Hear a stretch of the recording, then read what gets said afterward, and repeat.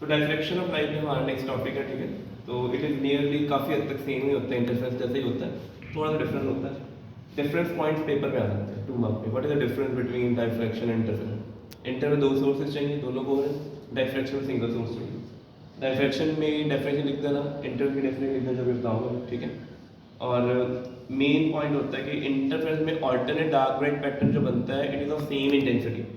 सारे ब्राइट की intensity same होगी, सारे डार्क की इंटेंसिटी सेम होगी, बट डायफ्रैक्शन में सेंटर पे मैक्सिमम इंटेंसिटी और उसके सराउंडिंग जितने भी डार्क ब्राइट पैटर्न बनेंगे वो फेडिंग होंगे, उनकी इंटेंसिटी कंटिन्यूसली क्या होती जाएगी, रिड्यूस होती जाएगी, ठीक है। तो डायफ्रैक्शन होता क्या वो देखेंगे।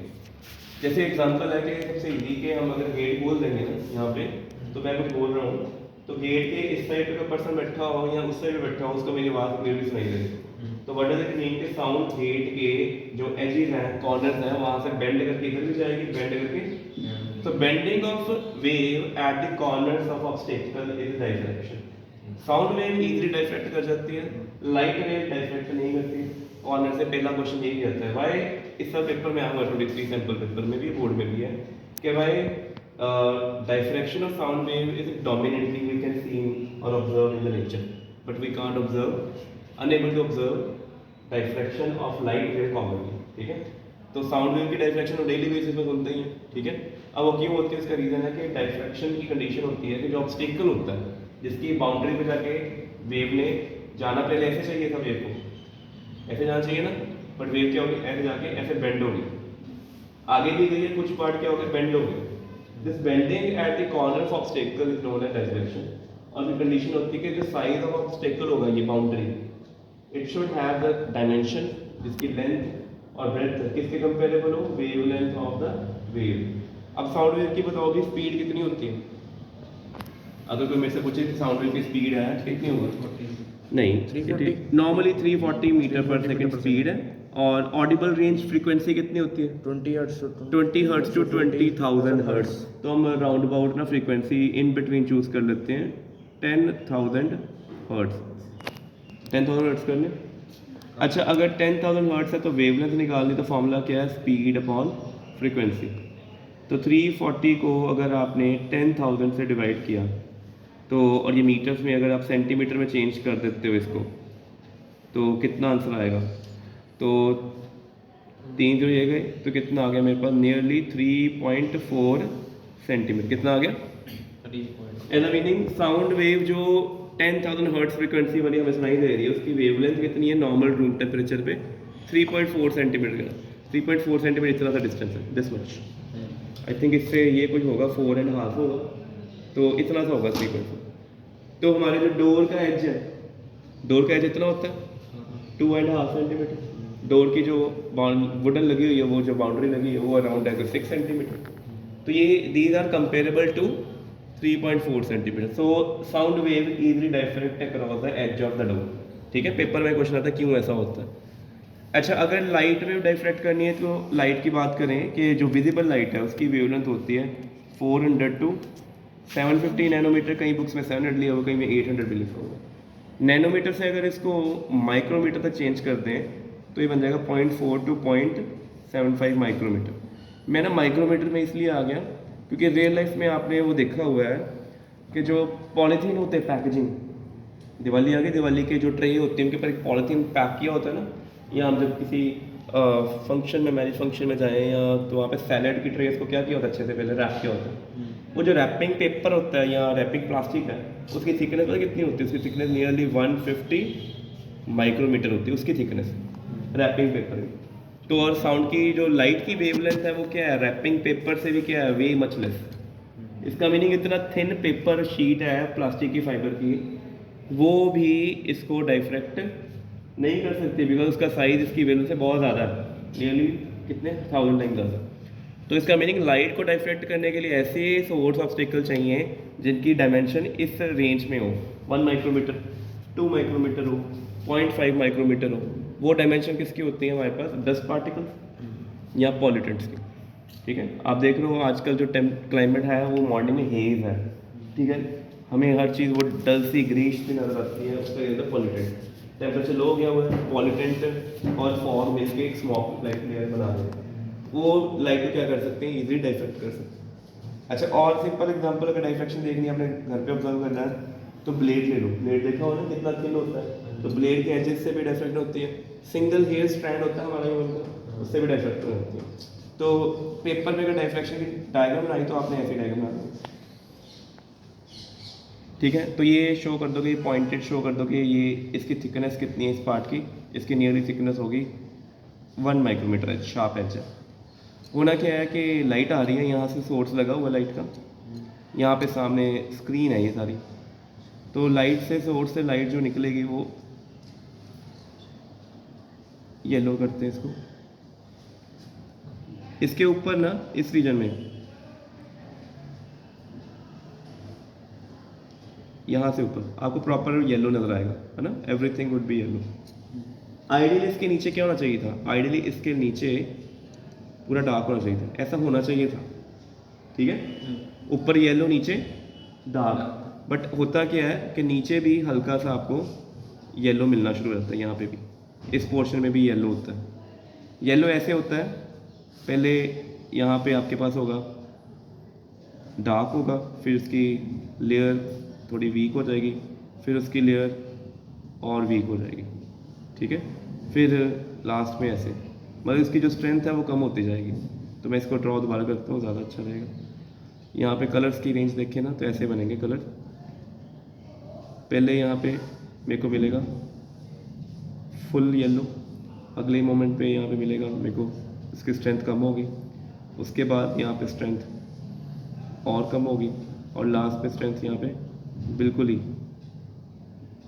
नियरली येलोइश पार्ट खत्म ही हो गया, ठीक है। तो इसका मीनिंग अगर स्क्रीन पे इंटेंसिटी पैटर्न देखें, स्क्रीन पे इंटेंसिटी पैटर्न कैसा होता है? यहाँ पे फुल, यहाँ पे तो फुल ग्लेयर है मैक्सिमम। इधर आके क्या होता है? इंटेंसिटी कम होती है, फिर इंटेंसिटी थोड़ी बढ़ती है, फिर और बढ़ती है, फिर ऐसे। तो ये बिल्कुल एज के पास है, बिल्कुल एज के पास क्या मिलेगा आपको? मैक्सिमा मिलेगा। फिर क्या मिलेगा? डार्क। फिर क्या मिलेगा? मैक्सिमा। फिर क्या मिलेगा? डार्क। फिर क्या होगा? मैक्सिमा, फिर डार्क, फिर मैक्सिमा। जो ऑल्टरनेट डार्क मैक्सिमा मिलने हैं ना, उनकी इंटेंसिटी यूनिफॉर्म नहीं होती, ठीक है। ये सेम चीज़ आप ग्लास ऑफ वाटर के साथ भी दे सकते हो। आप क्या करना, जो कच का ग्लास अंदर से पानी रखना ट्रे में, तो एक साइड पे लाइट आएगी, दूसरे ट्रे के बिल्कुल पीछे यू विल ऑब्जर्व कि आपको क्या मिलेगा, ऐसे ग्लास ऑफ वाटर जैसे। तो यहाँ पे पानी भरा हुआ है, तो आपने ट्रे में, यहाँ पे आपको इस जगह पे ना ऐसे रिंग्स नजर आएंगे ट्रे पे। वो रिंग जो नज़र आती है ना, पहली रिंग जो होगी बड़ी ज़्यादा ब्राइट होगी, फिर ब्राइटनेस कम होगी, फिर और कम होगी, फिर शेड आ जाएगी। मीन्स ये टॉप मोस्ट जो लेयर थी ना, ये वाली, इसने डाइफेक्ट किया। और टॉप मोस्ट लेयर जिसको हम क्या कहते हैं? पानी की फ्री सरफेस कहते हैं, मेनिस्कस कहते हैं। उसका डायमीटर कितना होता है? थिकनेस इतनी होती है, जो कि कितनी होगी? नियरली 1, ठीक है।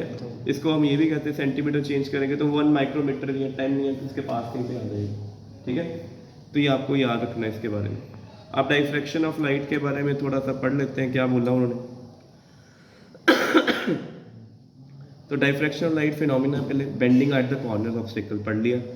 On account of this bending light penetrates into geometrically shadow. जहाँ पे शेडो होनी चाहिए थी वहाँ पे भी लाइट पहुँच गई है, बेंडिंग हो गई ना। पहले वहाँ पे लाइट नहीं आनी चाहिए थी, बट ऑब्स्टेकल के एजेस से बेंड होकर वहाँ पहुँची। तो डाइफ्रैक्शन कहते हैं मोर इफेक्टिव कब होगी? इट इज़ वेरी इंपॉर्टेंट, आपको बताना चाहिए कि diffraction become more effective if dimension of the aperture, aperture mean obstacle का size, boundary, comparable to the wavelength, ये कंडीशन है। तो देखो ये इस केस में देखो, ये डायमेंशन ब्रॉड है, लाइट सीधी आ रही है ना, हल्की सी बेंड हो रही है, ऐसे ही हो ना, हल्की सी बेंड हो। इसमें डायमेंशन कम कर दी, बेंडिंग देखो क्या होगी, और डायमेंशन और कम कर दे तो बेंडिंग मैक्सिमम होगी। This is diffraction. डाइफ्रैक्शन को ऑब्जर्व करना है, घर पे लेजर लाइट यूज़ करो, स्टील का स्केल यूज़ करो। स्टील के जो स्केल के ऊपर आपने देखा हुआ ना, ऐसे जैसे अगर स्केल बना हुआ है तो स्केल पे यहाँ पे एंग्रेविंग होती है, कट्स होते हैं, फिर 1 सेंटीमीटर, फिर 5 डिवीजन, फिर 10, फिर 20, ऐसे चलता है ना आगे। तो engravings cut they act like these, each engraving act like an obstacle. Laser light इस पे फॉल कराओ, सामने स्क्रीन पे, वॉल पे देखो, नॉर्मली होना चाहिए था कि लाइट ऐसे फॉल करे, सिंगल रिफ्लेक्शन आना चाहिए, सिंगल स्पॉट, बट वहाँ पे आपको कितने स्पॉट मिलेंगे? 7-8 स्पॉट मिल जाएंगे, क्योंकि जो एंग्रेविंग है ना, एंग्रेविंग है, ये क्या एक्ट कर रही है? डाइफ्रैक्शन फ्लिट एक्ट कर रही है। लाइट आती है, जाती है, सामने एक ही जगह पे स्पॉट होना चाहिए, बट स्पॉट उससे ऊपर भी बन रहे हैं। जहाँ पे शेडो है, जहाँ पे लाइट को नहीं जाना चाहिए, तो लाइट वहाँ पे पहुँची है, बट वहाँ पे उसकी इंटेंसिटी क्या हो गई कंटिन्यूसली। तो आपको 7-8 स्पॉट मिलेंगे, पहला स्पॉट बहुत ब्राइट होगा, अगला थोड़ा लेस होगा, उससे अगला और लेस होगा, फिर फेड होते जाएंगे, ठीक है। सिंगल स्लिट एक्सपेरिमेंट जो हम करने लगे ये, ठीक है, 2 बंदे थे पहले, एक फ्रेस्नेल था एक फ्राउनहोफर था, दोनों ने साइमल्टेनियसली ही डायफ्रैक्शन ऑब्जर्व किया हुआ है, बट एक ने ऑप्टिकल इंस्ट्रूमेंट यूज़ किए हैं, एक ने ऑप्टिकल इंस्ट्रूमेंट यूज़ नहीं किया। तो हम यहाँ पे जो करने लगे हैं वो ऑप्टिकल इंस्ट्रूमेंट यूज़ करने लगे हैं। हमें यहाँ पे WW' क्या चाहिए, प्लेन वेव फ्रंट। क्या चाहिए, प्लेन वेव फ्रंट का meaning light source is coming from infinity. तो इन्फिनिटी का मीनिंग ये हो गया कि एक पहले तो एक और प्रॉब्लम है, डायफ्रैक्शन ऑब्जर्व करने के लिए आपको डार्क रूम चाहिए, सराउंडिंग शुड बी डार्क, तभी आप, क्योंकि ये स्पॉट जो है ना ये वाला, इसकी डायमेंशन हार्डली 10 मिलीमीटर मतलब 1 सेंटीमीटर का स्पॉट मिलेगा, उसमें बड़ी सारी लाइन्स होंगी, वो भी आप माइक्रोस्कोप के थ्रू देखो, और अगर आपने रूम की सारी लाइट ऑन कर दी तो ये फेड हो जाएगा। तो अगर मेरे को सोर्स चाहिए जिसने पैरेलल वेव फ्रंट रिलीज करे, तो light should come from very far away point. तो मेरे को डार्क रूम बहुत बड़ा बनाना पड़ना, इतना बड़ा डार्क रूम क्रिएट करना, मेंटेन करना डिफिकल्ट है, कॉस्टली है, कपड़ा ही बड़ा महंगा आता है। तो बेटर है हम क्या करें, सोर्स रखें, एक कन्वेक्स लेंस लें, उसके फोकस पे रखें, काम होगा, फोकस पे रखेंगे, रेज जाएंगी, क्या हो जाएंगे आफ्टर, पैल हो गई, काम करते। और ये हार्डली 30-40 सेंटीमीटर में भी हो जाएगा। फुल लैब में हमारे पास जो कन्वेक्स लैब है, कन्वेक्स लेंस है, उनकी फोकस कितनी है, 20 सेंटीमीटर। आते 1 मीटर के टेबल पे भी सारा काम हो जाता है। तो छोटा सा रूम देख लो, कोई क्यूबिकल डार्क रूम क्रिएट कर दो, सेटअप बना लो, ठीक है। तो ये प्रैक्टिकल आप परफॉर्म भी कर सकते हो, इसको आप एज ए प्रोजेक्ट भी बना सकते हो, यू कैन डू, ठीक है। देखो हुआ क्या सेटअप, देखो इधर जो लाइट सीधी गई है रेड वाली, सीधी वो पे पहुंची, क्या इनमें कोई पार्ट डिफरेंस है, तो सेंटर पे हमेशा क्या मिलेगा, मैक्सिमा, ठीक है कि नहीं। बट सेंटर से अवे जाएंगे, ये वाली रे इधर पहुंची, ये रे इधर पहुंची, इन दोनों में पाथ डिफरेंस है ना। नीचे वाली ब्लैक जो मैंने हाईलाइट किया उसने पाथ ज़्यादा ट्रैवल किया, ऊपर वाली ने पाथ कम ट्रैवल किया।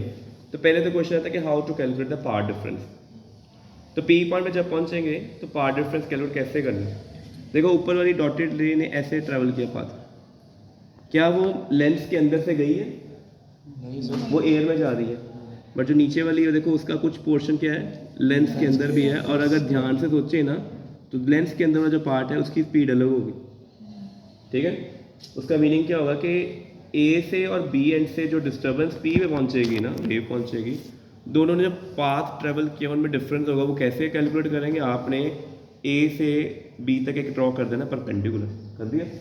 तो जो ये आपका डिस्टेंस बनेगा दिस बी एन, ये बी एन आएगा, this is your delta path difference. बड़ा सिंपल है निकालना। आपको पता है दो लाइन्स में अगर एंगल थीटा हो तो उनके परपेंडिकुलर में कितना एंगल होता है, ये दो लाइन्स में एंगल कितना है, थीटा है। इसके परपेंडिकुलर कौन है, ये, और इसके परपेंडिकुलर कौन है, ये। तो ये भी एंगल कितना होगा, थीटा। और ये है विड्थ ऑफ द स्लिट, क्या है, सिंगल स्लिट है, विड्थ ऑफ स्लिट। अगर ये ए है और ये थीटा है तो ये बी एन कितना होगा, ये होगा ए साइन थीटा। कितना होगा, ए साइन थीटा। तो पहले तो डायग्राम में हमें पाथ डिफरेंस पता होना चाहिए, that is a sine theta. Is it okay.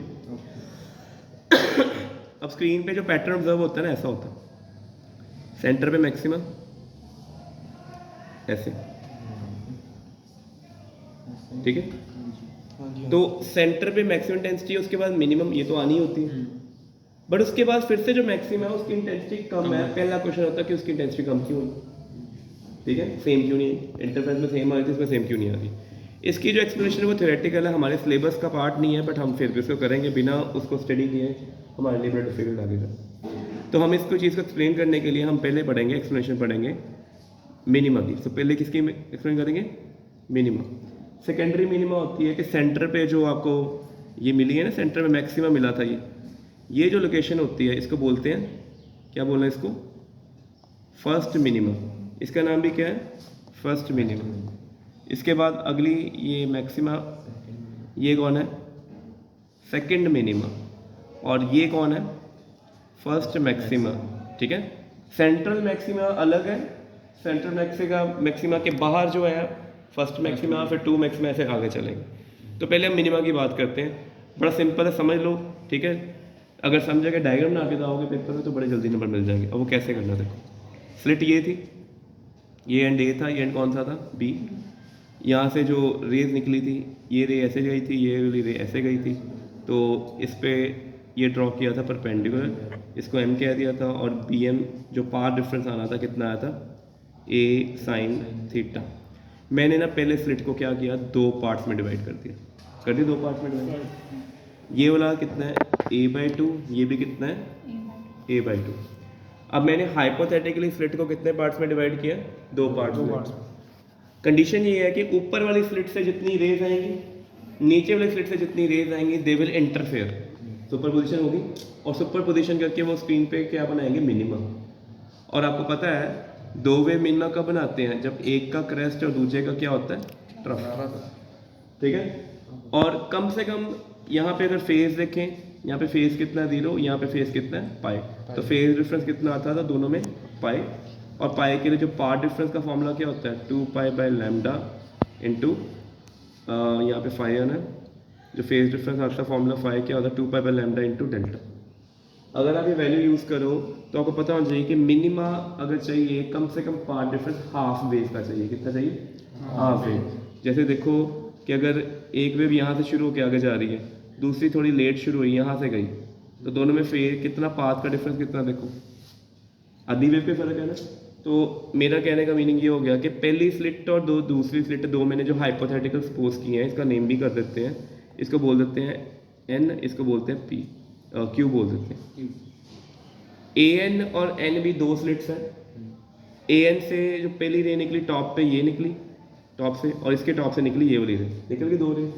इन दोनों में पार्ट डिफरेंस हमें कितना चाहिए, λ/2, ठीक है। अब ओके, अब आप बताओ क्लास 9th में 10th में आपने मिड पॉइंट थ्योरम की, बेसिक प्रोपोर्शनलिटी थ्योरम की, जिसको थेल्स थ्योरम भी कहते हो। अब मेरे को बताओ कि जो ये वाला मेरे पास है, ये लाइन, क्या ये लाइन n और q मिड पॉइंट है, दो साइड्स के ट्राइंगल के हैं, तो line joining mid point of two side of triangle is parallel to third side and half of it. इसका मीनिंग जो इन दो रेज में, ये वाली रे और ये वाली रे में पार्ट डिफरेंस, अब ये वाला है ना nq, और वो कितना होगा, a साइन थीटा जो निकाला था आपने उसका हाफ, क्या होगा, a साइन थीटा बाय 2, ठीक है। और मिनिमा के लिए ये पार्ट डिफरेंस किसके इक्वल होना चाहिए, λ/2। तो इसका मीनिंग सॉल्व करके मेरे पास जो a साइन थीटा आएगा किसके इक्वल आ जाएगा, लैम्डा के इक्वल। पहली कंडीशन क्या होगी, फर्स्ट मिनिमा के लिए a साइन थीटा कितना है, लैम्डा, ठीक है। फर्स्ट मिनिमा के लिए हमने स्क्रीन को कितने पार्ट्स में डिवाइड किया था, स्लिट को दो पार्ट्स में। सेकंड मिनिमा के लिए मैं स्लिट को कितने पार्ट्स में डिवाइड करूंगा, लेट्स से ये आ गया मेरे पास, ये देखो। अब मैं स्लिट को क्या करूंगा, ये स्लिट है, ये 90 डिग्री था, it was BM point, this was A। अब मैंने स्लिट को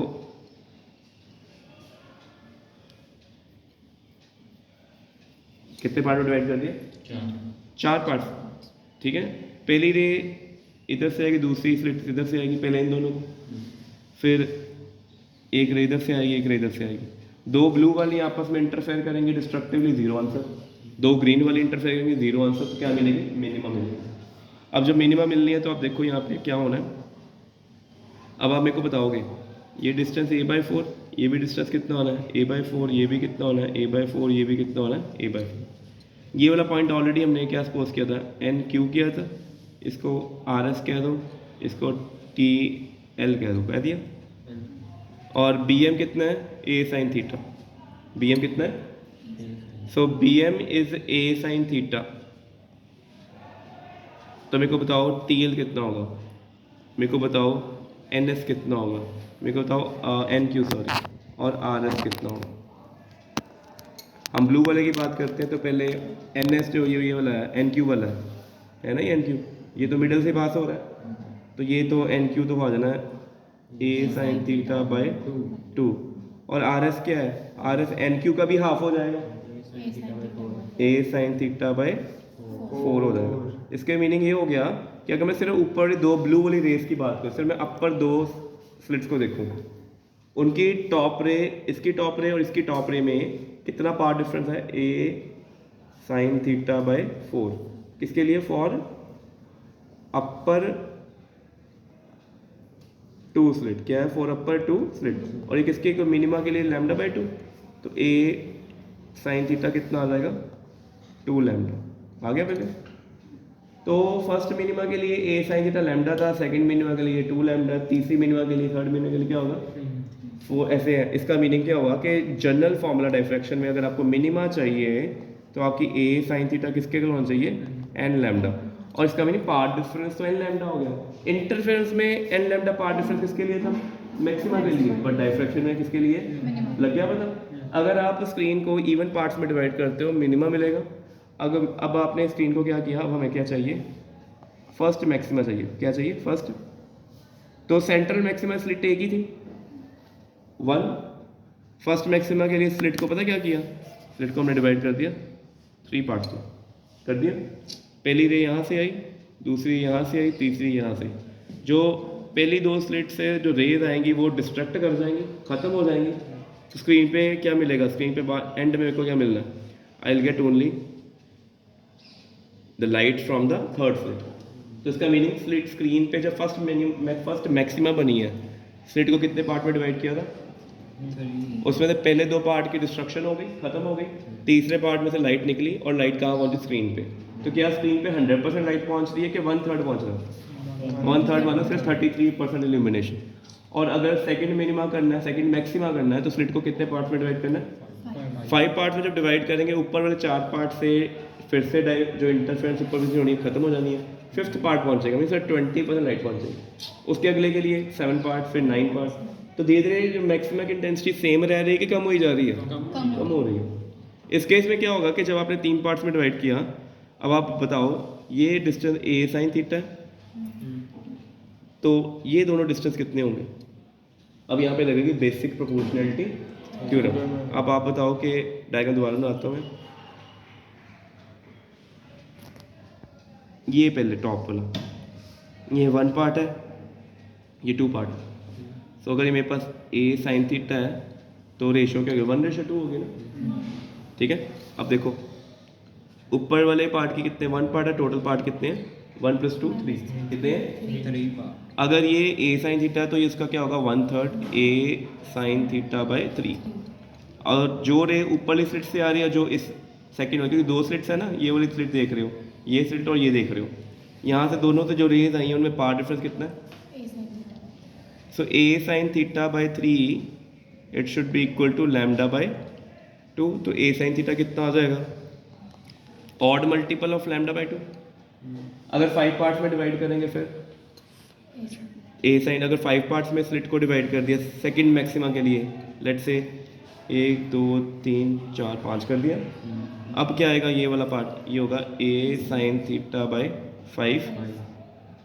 तो फिर ए साइन थीटा कितना आ जाना, 5 लैम्डा बाय 2। और अगर इसका मीनिंग क्या हुआ कि अगर nth मैक्सिमा के लिए देखेंगे तो कैसे चल रहा है, 1 3 5 और चल रहे हैं ना, तो क्या आएगा फॉर्मूला 2n - 1। सो ये कंडीशन मैक्सिमा की डायफ्रैक्शन में है, बट इंटरफेरेंस में ये सेम कंडीशन किसकी है, पार्ट डिफरेंस की, मिनिमा। ये क्लियर हो गया पहले। सो एक्सप्लेनेशन हमें आनी चाहिए, थ्योरेटिकल है। एक लास्ट मेन टॉपिक रह गया, वो कर लें फिर खत्म ये वाला। वो क्या हमारे पास सेंट्रल मैक्सिमा, ये सारा उन्होंने एक्सप्लेन किया, वो जो मैंने बताया ना, पोजीशन सारी एक्सप्लेन की उन्होंने, डायग्राम नहीं, मैंने डायग्राम बना के बताया। तो आपने पेपर में अगर एक्सप्लेनेशन आई तो स्लिट को डिवाइड करके दिखाना है, ठीक है। हाँ बिल्कुल, थ्योरी के पेपर में एग्जामिनर नंबर, इस चीज़ के एग्जामिनर कहेगा मैं क्या करूँ, मैं क्यों पढ़ूँ इसको, ठीक है। एग्जामिनर कहना मैंने थ्योरी नहीं पढ़ी, मेरे को डायग्राम और मैथमेटिक एक्सप्लेनेशन दो, ठीक है। अच्छा यहाँ पे 2n + 1 लिख रहे हैं, means they are starting from n = 0। अगर 2n - 1 तो n = 1 से स्टार्ट होगा। ये ग्राफ ही 1 मार्क 2 मार्क पे आया था। देखो इंटेंसिटी, यहाँ पे 0 पार्ट डिफरेंस, यहाँ पे कितना हो गया फर्स्ट, ये क्या है हमने पढ़ा ना, मिनिमा के लिए कंडीशन क्या थी, n लैम्डा ना, पहली मिनिमा लैम्डा, दूसरी मिनिमा 2 लैम्डा, तीसरी मिनिमा, तो यही चलता है, ठीक है। हो जाएगा ग्राफ, चलो। विड्थ तो सेंट्रल मैक्सिमा रह गया बस। और विड्थ कैसे निकालने बता देता हूँ, बड़ा सिंपल है। अगर आपने सेंट्रल मैक्सिमा की विड्थ देखनी है कि ग्राफ आपको ये पता है, लेट से कि हमें पता है कि ऐसा बना, ठीक है। यहाँ पे क्या है, फर्स्ट मिनिमा, क्या है ये फर्स्ट मिनिमा। और फर्स्ट मिनिमा के लिए आपको पता है कि ए साइन थीटा फर्स्ट मिनिमा के लिए क्या होता है, लैम्डा। तो साइन थीटा क्या है ना, लैम्डा बाय ए आ जाना है।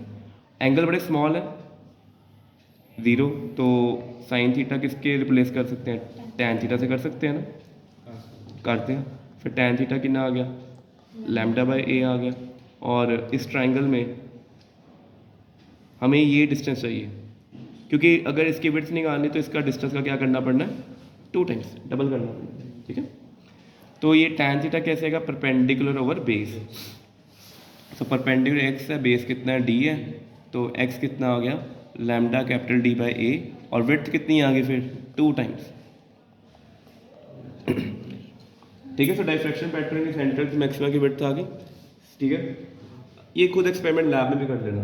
लैब में क्या है ना, लेज़र यूज़ करनी है और आपने यूज़ करना है एक लेंस कन्वेक्स लेज़र लाइट वाली, ठीक है। डार्क रूम में जब करोगे ज़्यादा अच्छा रहेगा, कि अगर आप कॉलीमेटेड बीम होगी, सिर्फ लाइट लेंस के ऊपर पड़ रही है, तो लेंस के सेंटर पे एक ब्राइट स्पॉट होगा, उसके स्पॉट से थोड़ा दूर जाओगे ब्राइटनेस कम होती होगी। सेंटर में जो ब्राइट स्पॉट है वो यही है। अगर इस सेटअप को पानी में इमर्स कर देंगे तो वेवलेंथ चेंज होगी, it reduces by mu times, width भी रिड्यूस हो जाएगी। अगर आपने रेड लाइट को ब्लू लाइट से शिफ्ट कर दिया, वेवलेंथ चेंजेस, डिक्रीजेस विड्थ। तो पेपर में आजकल क्वेश्चन कैसे आते हैं, वो ये नहीं कहते कि भाई हाउ मच इट चेंजेस या रेशो, कहते हैं परसेंटेज बताओ, ठीक है, एमसीक्यू में। तो ये वाले क्वेश्चन आने हैं, ठीक है। तो क्लियर हो गया पहले, तो this is all about diffraction, ठीक है। बाकी जो न्यूमेरिकल है डाइफ्रैक्शन के ऊपर, डाइफ्रैक्शन और इंटरफेरेंस को मर्ज करके डाल देंगे। कह देंगे जी सेंट्रल विड्थ जो बनी है ना, उसमें 10 इंटरफेरेंस पैटर्न आ गए हैं। अगर सेंट्रल विड्थ में क्या कह दिया किया गया है, कहते हैं जी आपने बस सिंगल स्लिट को रिप्लेस कर दिया था 2 स्लिट से, ठीक है।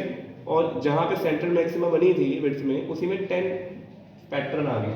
10 इंटरफेरेंस पैटर्न आने का मीनिंग 5 डार्क 5 ब्राइट। तो इसका मीनिंग सिंपल होता है कि जो 2 लैम्डा ए बाई डी था, उल्टा लिख दिया मैंने यहाँ पे, 2 lambda capital D by A था, it is equal to 10 time the fringe width. अब बड़े सारे क्वेश्चन आते हैं, फ्रिंज विड्थ होती है lambda D by small D.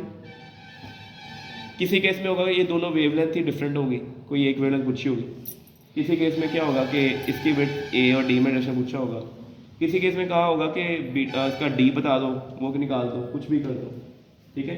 पर ऐसे क्वेश्चन आते हैं मिक्स करके कि सेंट्रल मैक्सिमम में इतनी फ्रिंजेस आ गई हैं, तो ये बता दो, वो बता दो। स्टार्ट यहीं से करना आपने, central maximum is equal to 10 time the fringe width, ठीक है।